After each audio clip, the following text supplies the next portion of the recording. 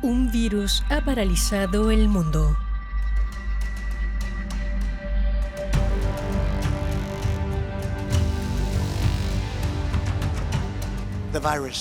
Parece que en abril, cuando haga más calor, el virus desaparecerá milagrosamente. Algunos países están logrando proteger a sus ciudadanos, otros fracasaron. Estamos en guerra. Esto es serio, tómenselo en serio. Es una carrera contra una enfermedad mortal y una pugna entre sistemas políticos.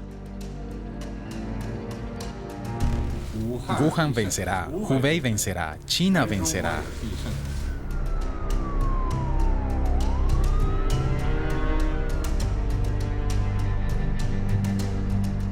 Ahora vemos que un Estado fuerte también puede tener sus ventajas. A veces hay que actuar sin tener conocimientos 100% fiables.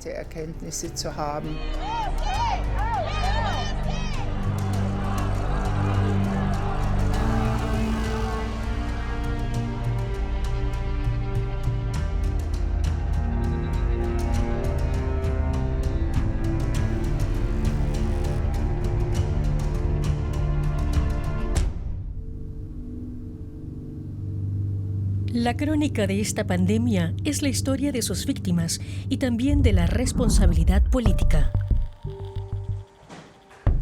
Paciente de COVID, día 1. Esta mujer de 62 años tiene fiebre e insuficiencia respiratoria aguda. Presenta los típicos síntomas de una neumonía. Durante 39 días luchará por sobrevivir. Algunas escenas han sido reconstruidas en base al historial médico de la paciente. ¿Cómo actúa este enemigo desconocido y de dónde procede?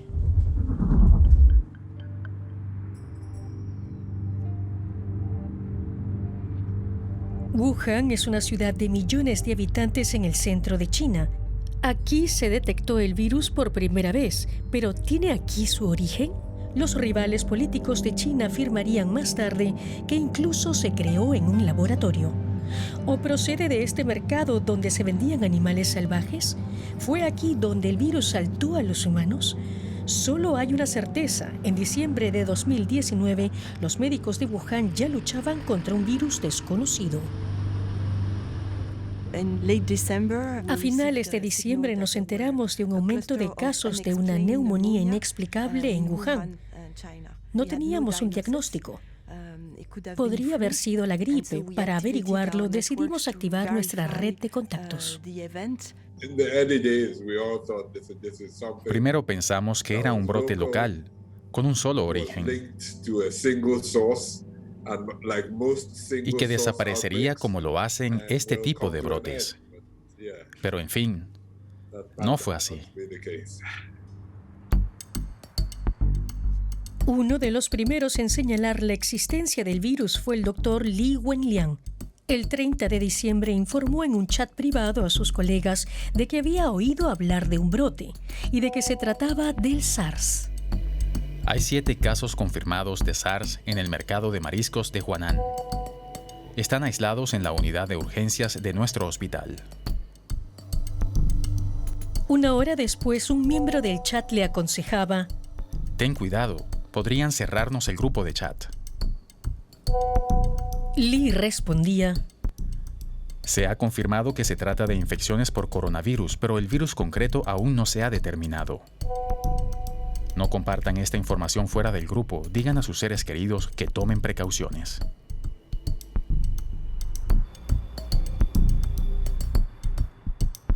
Como temía, las autoridades de Wuhan silenciaron sus advertencias.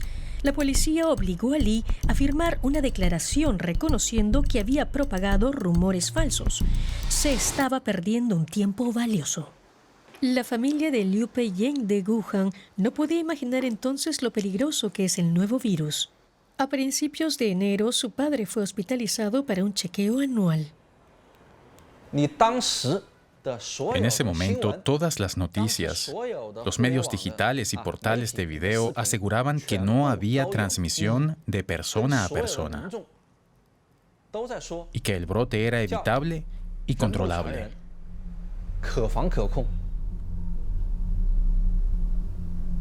Hoy está convencido de que su padre se infectó con el virus durante el chequeo.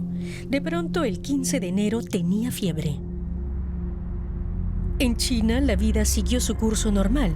La festividad de Año Nuevo estaba a la vuelta de la esquina. Millones de personas viajaban por el país para visitar a sus familiares. Mientras tanto, el padre de Liu Pei había sido trasladado a una clínica donde tenían aislados a los pacientes de coronavirus. Cada vez que vengo a este sitio, me vienen recuerdos infernales. Mi padre murió en la planta 12 del edificio, ahí detrás. Esta es la noche en la que murió. Aquí se estaba despidiendo de mi madre por video.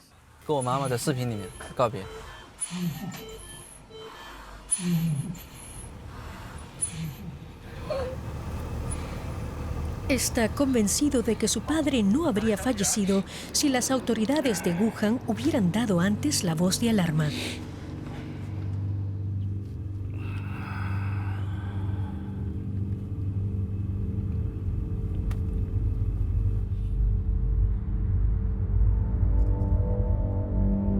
Mientras el virus se expandía por Wuhan, el resto del mundo, incluida Alemania, se preocupaba por otros asuntos.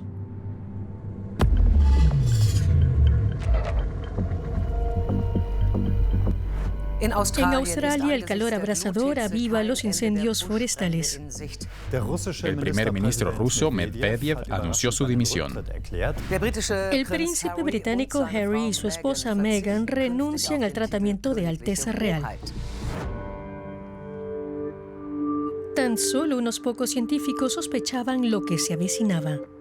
En Tubinga, la empresa biotecnológica CureVac aguardaba impaciente la secuencia genética del nuevo patógeno. Comenzamos a hablar del tema después de Navidades y nos dijimos, empezaremos tan pronto como tengamos la secuencia. No perdemos nada, aunque después decidamos otra cosa. Empecemos a trabajar ese mismo día, no perdamos tiempo. Su objetivo era desarrollar una vacuna contra el nuevo virus. Era el comienzo de una carrera científica mundial en busca de reconocimiento y dinero. También en Berlín los científicos se pusieron manos a la obra y desarrollaron el primer test para el nuevo coronavirus. Pronto quedó claro que habían tomado la decisión correcta. China está haciendo algo nunca visto. Para frenar la expansión del nuevo coronavirus, China ha aislado ciudades enteras. 60 millones de personas en la provincia de Hubei ya no podían viajar. Más tarde pasarían a estar prácticamente en arresto domiciliario.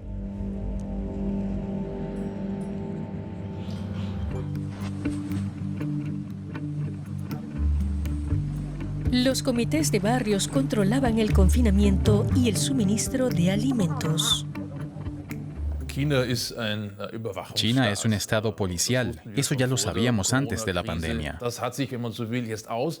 Esto ahora ha sido una ventaja, porque la infraestructura de vigilancia existente ha permitido controlar a la perfección las cuarentenas.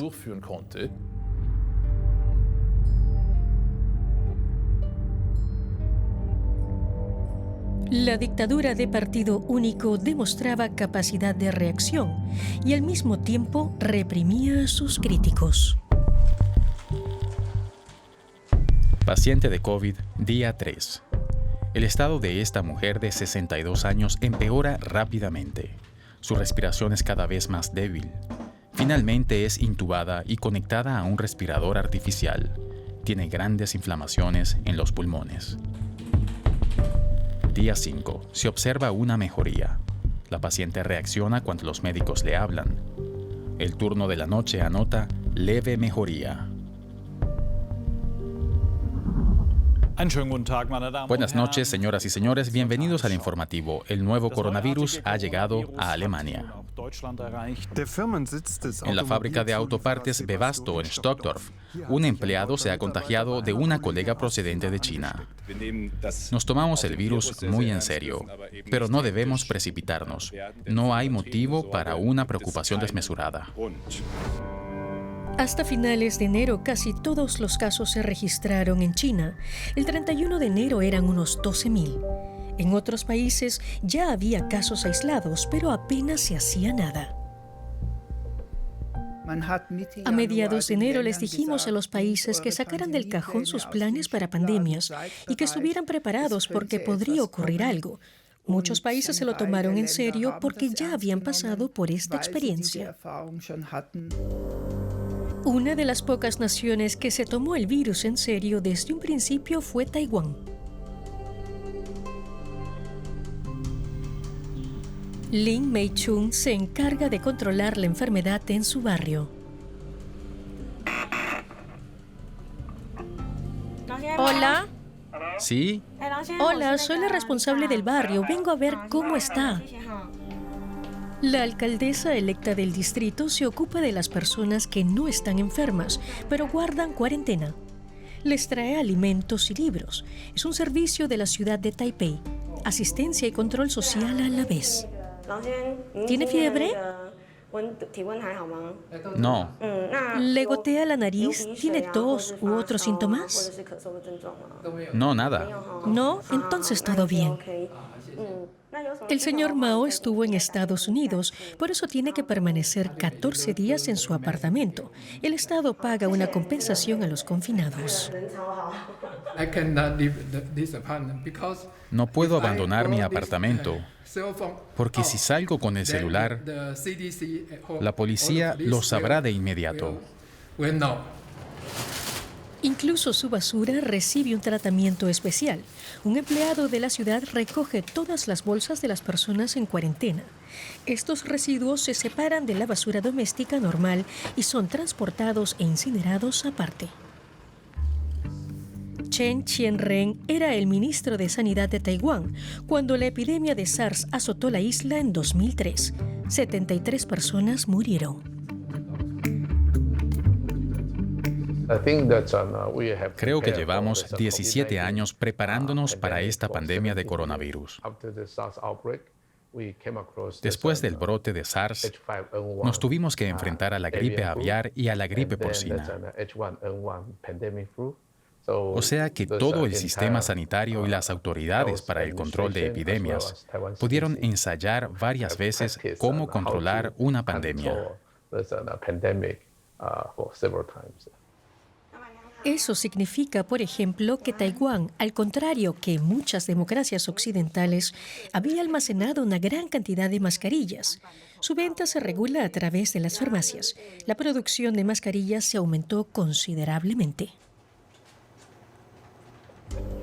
Aquí no hubo un estricto confinamiento como en Wuhan. Esta pequeña democracia mostró al mundo desde muy pronto cómo controlar el virus. Hasta finales de agosto, aquí se han producido menos de 10 fallecimientos. Pero una ventaja de años no se puede igualar en unas pocas semanas. Mientras Taiwán rastreaba meticulosamente las cadenas de infección, la vida en Occidente seguía como si nada.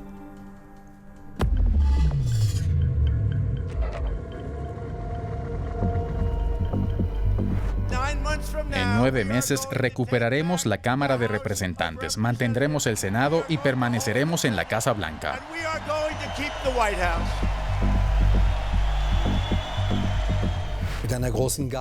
Con una gran gala, hoy comenzó la Berlinale. Estrellas internacionales. Se espera la asistencia de más de 330,000 espectadores. Y a orillas del ring, los desfiles de carnaval vivieron su momento cumbre. El desfile del lunes de carnaval arrancó a las 10.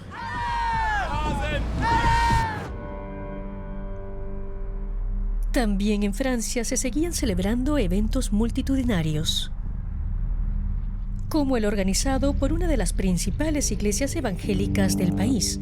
Esta parroquia se convertiría en el principal foco de coronavirus en Alsacia. Desde hace semanas ya no se celebran servicios aquí. Samuel Petterschmidt es el pastor de la congregación. Me duele en el alma ver la iglesia tan vacía. Es particularmente difícil porque tengo el recuerdo de esas imágenes con todos aquí. A mediados de febrero tuvo lugar aquí un retiro de una semana con más de 2.000 fieles. Es uno de los momentos más esperados del año, servicios diarios, rezos y cánticos en comunidad durante horas. Hoy diría que el ambiente entonces era absolutamente normal. En la mayor parte del mundo las cosas iban bien. Cuando celebramos la semana de ayuno, el problema solo afectaba a países asiáticos, a China.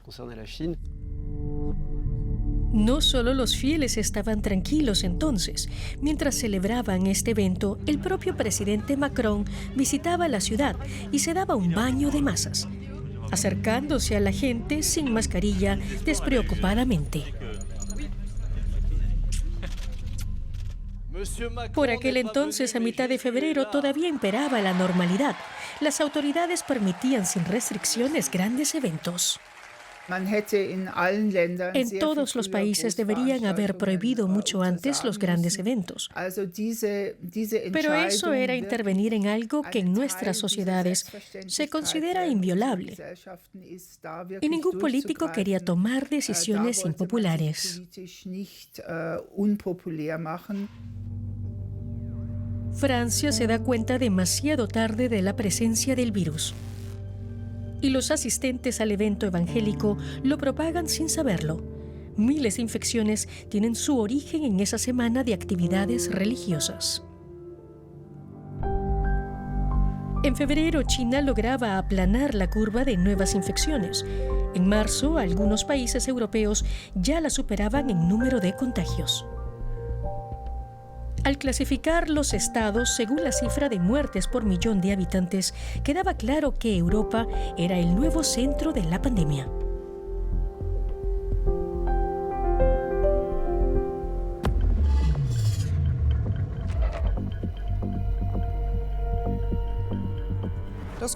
El coronavirus se sigue expandiendo por Europa y obliga a los países a tomar medidas. El confinamiento en Francia durará como mínimo 15 días.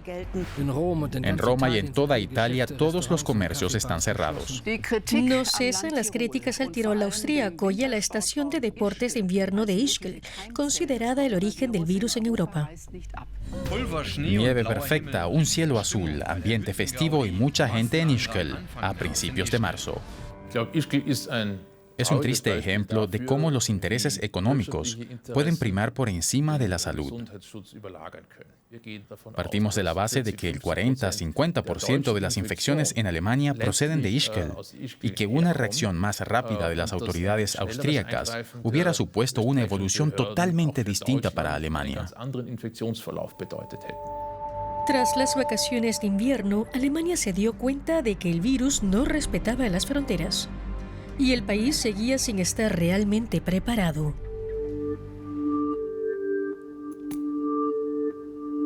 El 7 de marzo, Maren Jonsek-Ott viajaba a Suiza con familiares y amigos. No había medidas preventivas contra el coronavirus. Suiza no se consideraba un país de riesgo. Toda la familia se enfermó, 7 personas en total. No saben cómo se contagiaron. Nunca estuvieron en las multitudinarias fiestas de las estaciones de esquí. Nunca habíamos vivido algo así, todos enfermos. Ninguno se sentía bien. Todos teníamos esos síntomas terribles. Estábamos completamente consternados y preocupados.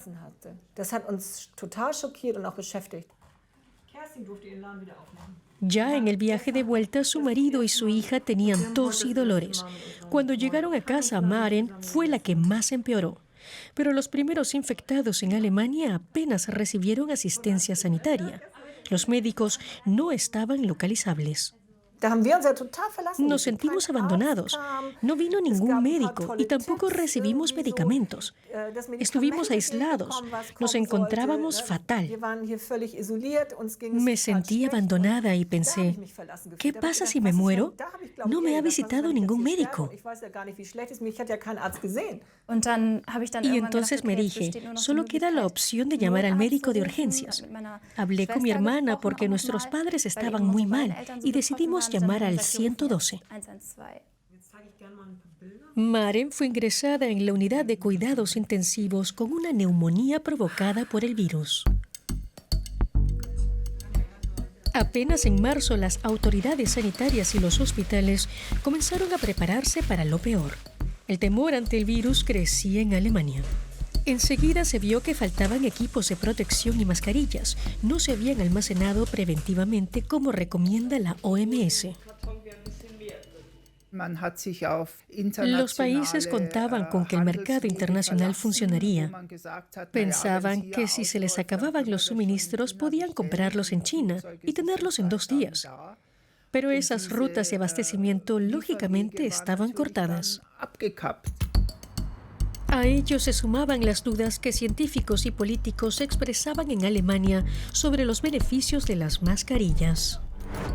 ¿Deberíamos usar una mascarilla en espacios públicos?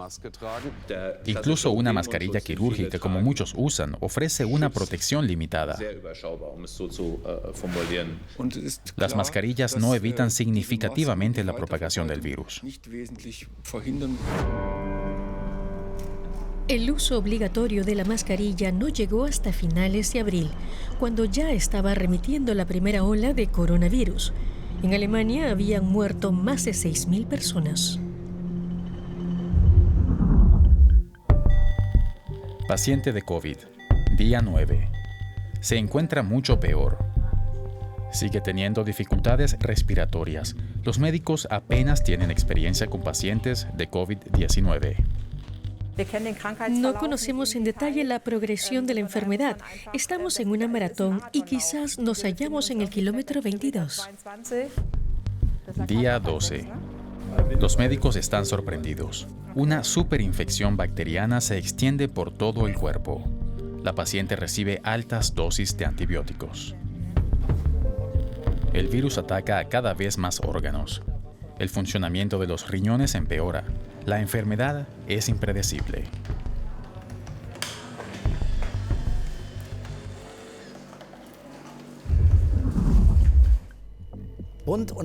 El gobierno central y los estados federados acordaron amplias medidas contra la pandemia. De momento, no se decretará un confinamiento en el país, pero deberán reducirse al mínimo los contactos. Para frenar la propagación del coronavirus, la mayoría de los niños que asisten a la escuela se quedarán en casa. La alcaldesa ha anunciado que bares y discotecas, así como cines y teatros, permanecerán cerrados. El gobierno ha acordado un multimillonario paquete de estímulo para amortiguar los efectos de la epidemia de coronavirus. La próspera Alemania reforzaba su sistema sanitario. No solo ayudó financieramente a las empresas, sino también a los hospitales. Las clínicas prepararon miles de camas de cuidados intensivos para la inminente avalancha de pacientes de COVID. Muy pocos sistemas sanitarios cuentan con tantos recursos. No olvidemos que antes de la crisis del coronavirus, Alemania fue criticada con frecuencia por tener demasiados hospitales y demasiadas camas de cuidados intensivos. Algo que antes de la crisis se consideraba una debilidad del sistema, ha resultado ser el punto fuerte para poder reaccionar de manera adecuada. Para controlar la propagación, el gobierno alemán invirtió en que se pudieran hacer más test. No quería repetir los errores de Francia e Italia. También tiene un poco que ver con la suerte. Está muy claro, pienso que tuvimos la suerte de que surgió primero en Italia, lo que evidentemente fue una señal de alarma para la población. Y también tuvimos la suerte de haber tenido el brote en la compañía Webasto, y por tanto ya teníamos experiencia con el virus. El gobierno alemán liderado por Angela Merkel se tomó en serio los consejos de expertos y científicos para intentar atajar la crisis pandémica.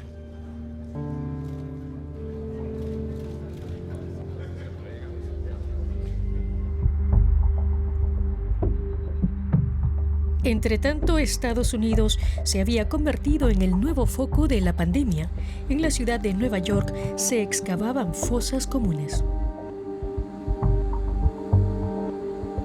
También aquí el gobierno contaba con el asesoramiento de los científicos, pero no siempre se les escuchó.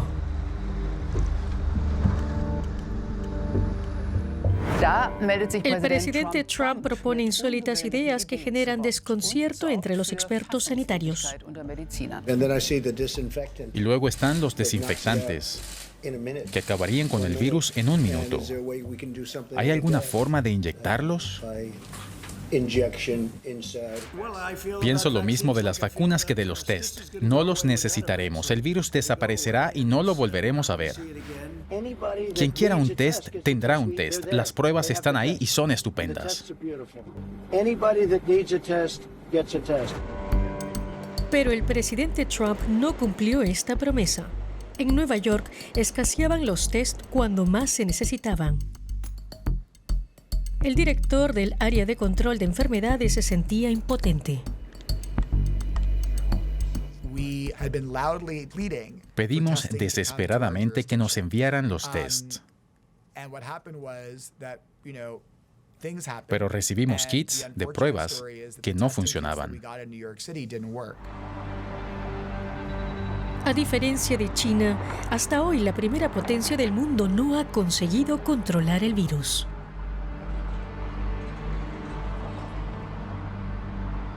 Ciudadanos furiosos comenzaron a protestar en muchas partes del país contra las restricciones y los confinamientos. Aquí no hay ayudas salariales y la atención médica estatal es deficitaria. Las cifras de desempleo en Estados Unidos casi se han triplicado y un gran número de ciudadanos carece de seguro médico. Muchos aquí muestran síntomas. La única posibilidad de comprobar si tienen el virus son las pruebas gratuitas. A mediados de julio, 1 de cada 4 personas en Arizona dio positivo. Es increíble a cuánta gente hay que hacerle la prueba. Creo que somos los últimos en cerrar y los primeros en abrir. Es un gran problema. Y mis vecinos aún se quejan de tener que usar mascarilla y protestan por la restricción de sus derechos, lo que es ridículo. Temerosa de las consecuencias económicas, Arizona reaccionó tarde y levantó demasiado pronto las restricciones, al igual que otros estados. Como consecuencia, el número de infecciones vuelve a aumentar. El país más poderoso del mundo no puede permitirse cierres prolongados.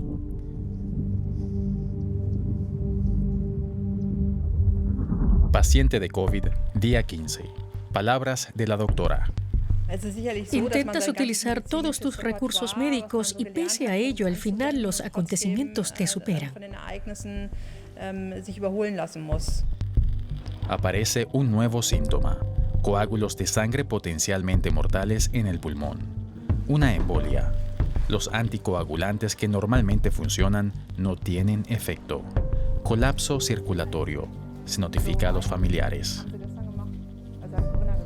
Hoy se sabe que es algo muy típico en pacientes de COVID. El virus no solo ataca los pulmones, sino también los vasos sanguíneos. Día 22. Se realiza una traqueotomía a la paciente para intentar salvarle la vida.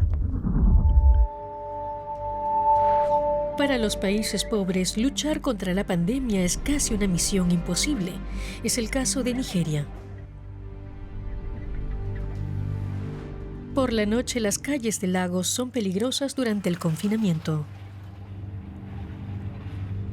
Los vecinos han formado grupos de vigilantes para protegerse.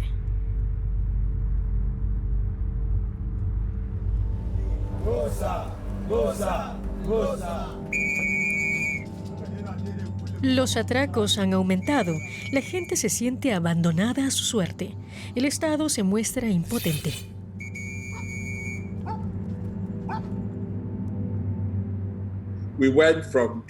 Pasamos de probar las medidas convencionales para la protección de la salud a volvernos muy agresivos con confinamientos.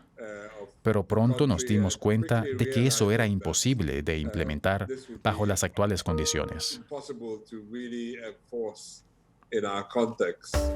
Pese a ello, lo intentaron. Durante 36 días todos tuvieron que permanecer en casa. Los eventos de masa se cancelaron.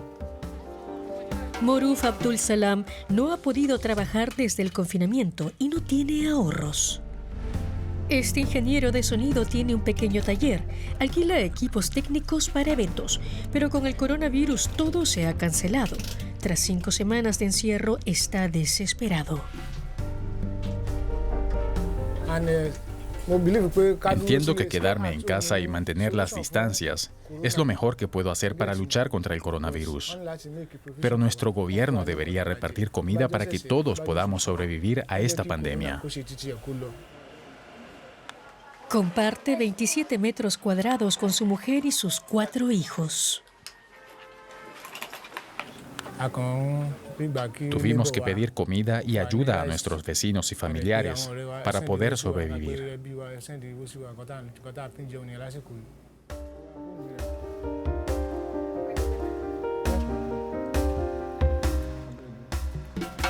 Aquí apenas hay ayudas para los ciudadanos durante el confinamiento.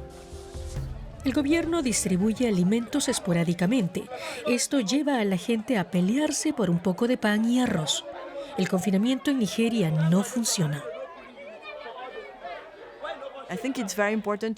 Es importante tener en cuenta la situación de la gente, preguntarse cuáles son las medidas más adecuadas para prevenir la transmisión y no imitar simplemente lo que se ha hecho en otros países. Lo que realmente ayudaría a estas personas es una vacuna a la que tuvieran acceso.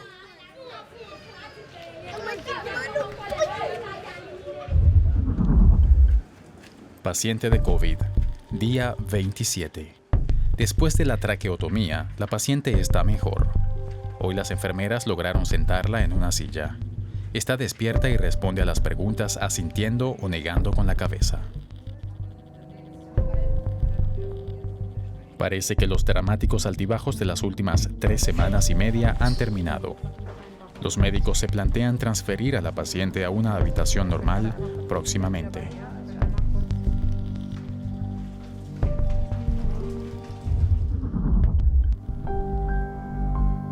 El origen del diminuto patógeno sigue siendo una incógnita. Hasta hoy los científicos se preguntan, ¿llegó el virus realmente desde Wuhan a Europa en enero? Colmar, Francia, Hospital Albert Schweitzer.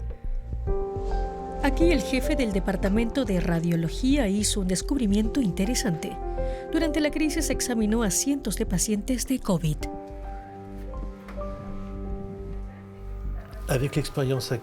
Con la experiencia adquirida en marzo y abril, se me ocurrió revisar todas las radiografías desde el verano de 2019 y buscar indicios atípicos. En una radiografía de pulmón del 16 de noviembre de 2019 descubrió los típicos signos de coronavirus. Aquí vemos unas manchas como de vidrio esmerilado. Encontró otro caso de noviembre y 12 más de diciembre. Pensamos que eran casos extraños de gripe, con fiebre, embolia pulmonar, neumonía. Todo eso no encajaba. Entonces hizo pruebas a posteriori a estos pacientes para detectar anticuerpos. Los test dieron positivo. Este descubrimiento cuadra con las averiguaciones hechas en otros países. En todo el mundo hay indicios de que el virus se estaba propagando a finales de otoño sin ser detectado. Lo que sí sabemos es cuándo el virus se detectó por primera vez, y eso fue en Wuhan. Pero quizás tuvo su origen en otra parte de China o en otro lugar. Lo que no sabemos es si realmente apareció por primera vez en el mercado de Wuhan.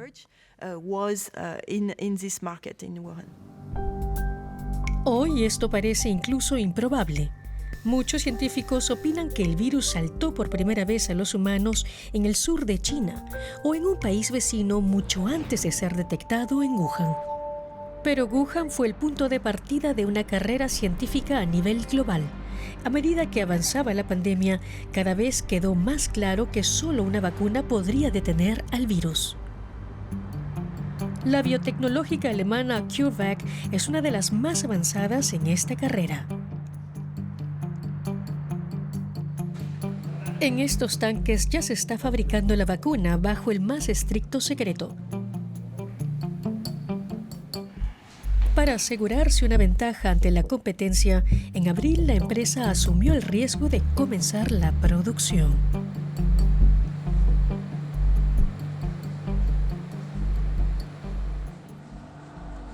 Mariola Fotin-Milechek tomó la decisión correcta al dar luz verde para iniciar el desarrollo en enero.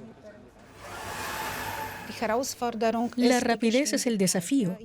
Todos esperan que la vacuna esté disponible en breve en grandes cantidades. Esta jeringuilla contiene la apuesta de mercado de la empresa y la esperanza de todos los que sueñan con que la pandemia termine pronto. Cerca de 30 vacunas en todo el mundo se están probando en humanos. La vacuna de CureVac también deberá demostrar su eficacia.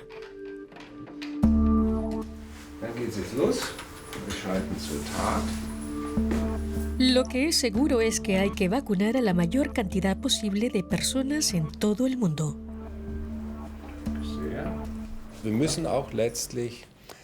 Tenemos que vacunar a todos o al mayor número posible, desde ancianos de 120 años a recién nacidos. Solo entonces podremos hablar de una erradicación de la COVID-19. Eso será posible únicamente cuando hayamos vacunado a muchas personas en todo el mundo.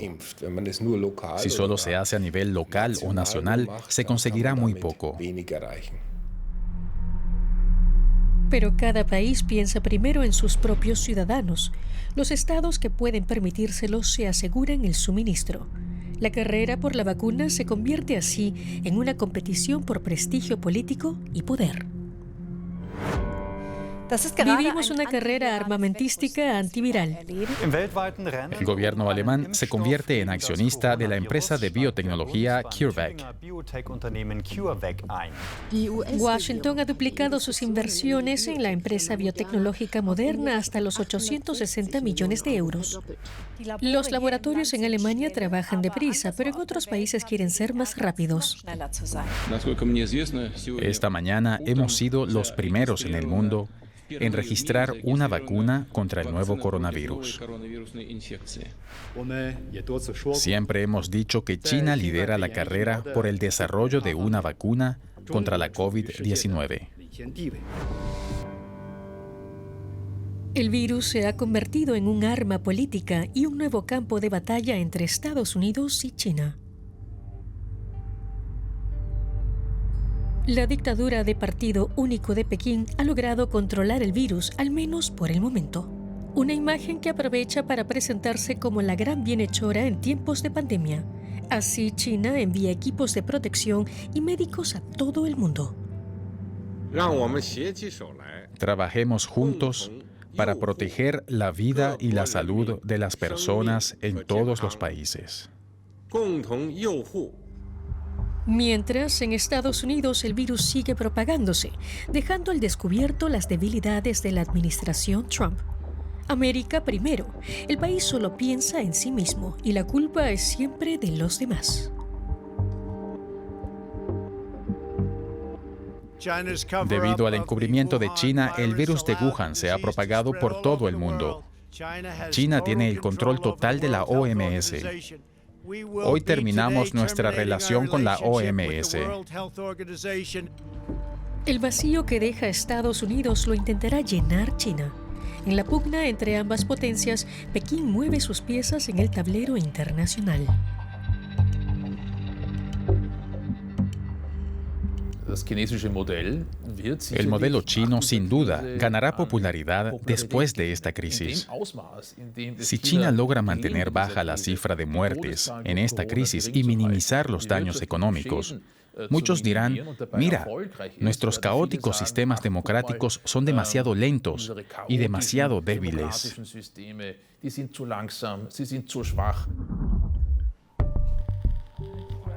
Paciente de COVID, día 35. Hoy la cámara está presente. Ayer todavía pensaba que la paciente estaba mejorando, que la podíamos trasladar a una habitación normal. La paciente de 62 años presenta insuficiencia renal y hepática aguda. Los doctores no saben por qué. Con la COVID-19, los médicos no dejan de aprender. Te sientes un poco como cuando te hacen falta en el fútbol. Corres hacia el arco y entonces viene alguien por detrás y te pone la zancadilla. Las pupilas están totalmente dilatadas. Es insuficiencia hepática. Esto es fulminante. Tenemos que darle algo.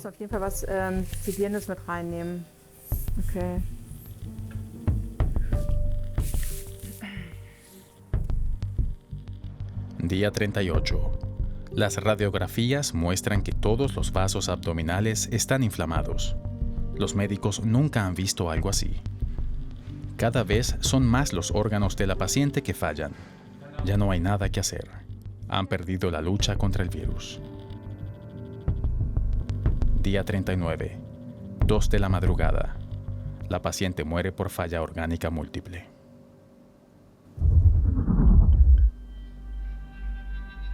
Ocho meses han transcurrido desde el inicio del brote y el mundo sigue inmerso en una crisis pandémica. Taiwán, un gobierno democrático, ha mantenido el control hasta ahora. Solo unas 500 personas se han contagiado. En Alemania aumentan de nuevo los casos. Maren Jonsek-Ott sufre como muchos las secuelas del virus. Tiene problemas respiratorios y de pérdida del gusto. Cuando veo lo descuidadas que son algunas personas, me dan ganas de decirles, ¿no se dan cuenta de que si se contagian no saben lo que les puede pasar? En Nigeria han levantado la cuarentena y de momento la catástrofe se ha evitado. Los científicos están desconcertados y creen que quizás se deba a que la población es joven. En China, después de grabar con el equipo de la ARD, la policía presionó a Liu Peiyan para que no vuelva a dar una entrevista. El gobierno ha reportado un leve crecimiento económico para el segundo trimestre de 2020.